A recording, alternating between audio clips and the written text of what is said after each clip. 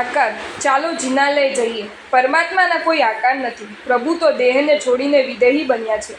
દેહ જતાં જ આકાર ચાલ્યો જાય છે, કેમ કે એકલા આત્માને ક્યારેય આકાર હોતો નથી.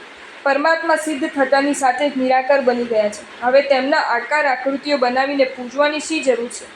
વળી પરમાત્મા તો વિભુ છે, સર્વવ્યાપક છે. ક્યાં ભગવાન નથી તે સવાલ છે. બધે જ પ્રભુનું અસ્તિત્વ છે. પછી નાનકડા મંદિરમાં પ્રભુને કેદ કરવાની શી જરૂર છે? નિરાકાર પ્રભુને પામવા માટે આકારની કોઈ જરૂર નથી. વિશ્વવ્યાપક પ્રભુને મેળવવા માટે કોઈ મંદિરની જરૂર નથી. આવી સૂફિયાની વાતો કેટલાક માણસો કરતા હોય છે, કિંતુ એ વેવલી વાતો સાવ વાહિયાત છે. કેમ કે નિરાકાર ચીજને ગ્રહણ કરવા માટે હંમેશા સાકાર દ્રવ્યાત્મક ચીજનો આધાર લેવો પડે છે. આકાર વિના નિરાકાર ચીજને મેળવી શકાતી નથી. જેમ સુગંધ પોતે નિરાકાર છે, પરંતુ તેને મેળવવા માટે સાકર એવા ગુલાબ કે મોગરાના ફૂલનો આધાર લેવો જ પડે છે. ફૂલ વિના ફોરમ ક્યારેય મળી શકતી નથી.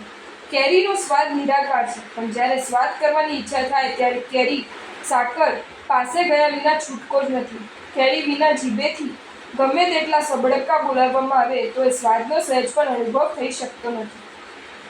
વાઘ બકરી ચાપ છાક કીટલીમાં તૈયાર કરીને જ્યારે કપ ભર્યો અને રકાબી હોટે લગાડી ત્યારે જ ખબર પડી કે ચા કડવી છે. એને મીઠી કરવા જરૂરી છે. કડવી ચાને મીઠી કરવા મીઠાશની જરૂર છે. પણ યાદ રાખજો કે મીઠાશ તો નિરાકાર છે. જેણે મીઠાશ જોઈતી હશે તેને સાકરને ગ્રહણ કરવી જ પડશે. કોક પગલો એમ કહે કે મને માત્ર મીઠાશ આપો, મારે સાકરને અડવું નથી, તો દુનિયાના કોઈ સ્ટોલમાં વગર સાકરે એટલી મીઠાશ ક્યાંય મળી શકે તેમ નથી. તેમ પરમાત્મા નિરાકાર હોવા છતાં પણ આકારનો પ્રતિમાજીનો આધાર લીધા વિના પ્રભુને પામી શકાય તેમ નથી. પ્રભુ ભલે નિરાકાર હોય, પણ આપણે બધા સાકાર છીએ. જ્યાં સુધી આકારમાં બેઠા છીએ ત્યાં સુધી આકારના આલંબન વિના ઉદ્ધાર શક્ય જ નથી. તેવી જ રીતે પરમાત્મા સર્વત્ર વ્યાપ હોવા છતાં પણ મંદિર અને મૂર્તિના આલંબન વિના પ્રભુ પ્રાપ્તિ અશક્ય છે. આકાશવાણી કેન્દ્ર પરથી પ્રસારિત થતા ગીત સંગીતના કાર્યક્રમોના શબ્દ પરમાણુ સર્વત્ર વ્યાપ્ત હોવા છતાં પણ ટ્રાન્ઝિસ્ટર વિના ક્યાંય સાંભળી શકાય છે. ટીવીના દ્રશ્યો સર્વત્ર ફેલાયેલા હોવા છતાં પણ એરિયલ અને ટીવી વિના ક્યાં જોઈ શકાય છે? સર્વત્ર વ્યાપ્ત એવા શબ્દો તથા દ્રશ્યોને સાંભળવા જોવા માટે જેમ રેડિયો ટીવીની જરૂર પડે છે, તેમ વિભુને પામવા માટે પ્રતિમાજીનો આધાર લેવો અતિ આવશ્યક અને અનિવાર્ય બની રહે છે. આમ નિરાકાર પ્રભુની ઉપાસના આકારનો આધાર લઈને કરવાથી અવશ્ય લાંબો સંપ્રાપ્ત થાય છે. એમાં દોષ લાગવાનો તો કોઈ સવાલ જ નથી. પ્રભુના બીંબને જોઈને ખુદ પ્રભુને જોવા જેટલો જ આનંદ મેળવી શકાય છે, અને તે આનંદ દ્વારા હજારો કર્મોના ભૂક્કા બોલાવી શકાય છે. રેડિયો પર કોમેન્ટ્રી સાંભળતા જો ગાવસ્કર સેન્ચુરી ફટકારી દે તો પેલો યુવાન ભાવાવેશમાં આવી જઈને પોતાના ભાવને પ્રદર્શિત કરવા શું રેડિયાને હાર નથી પહેરાવી દેતો? ઇંગ્લેન્ડમાં રમાતી વર્લ્ડ કપની સેમિફાઇનલમાં જે દિવસે કપિલ દેવ જીતી ગયો તે દિવસે ભારતીય મહિલાઓ ટીવીની આરતી ઉતારે ને આકારની કેટલી જબરદસ્ત અસર છે તેનો ઉઘાડો દાખલો પૂરો પાડ્યો હતો. લગ્ન માટે ઇન્ડિયામાં આવેલા કોક એજ્યુકેટેડ યુવાનનો ફોટો છાપામાં જોઈને કન્યાઓ ઉમેદવારના રૂપ દેદાર શું નથી પારખી લેતી? ખોવાઈ ગયેલા બાબલાને શોધી કાઢવાનું કામ પોલીસ ફોટાના આધારે શું નથી પાર પાડતી?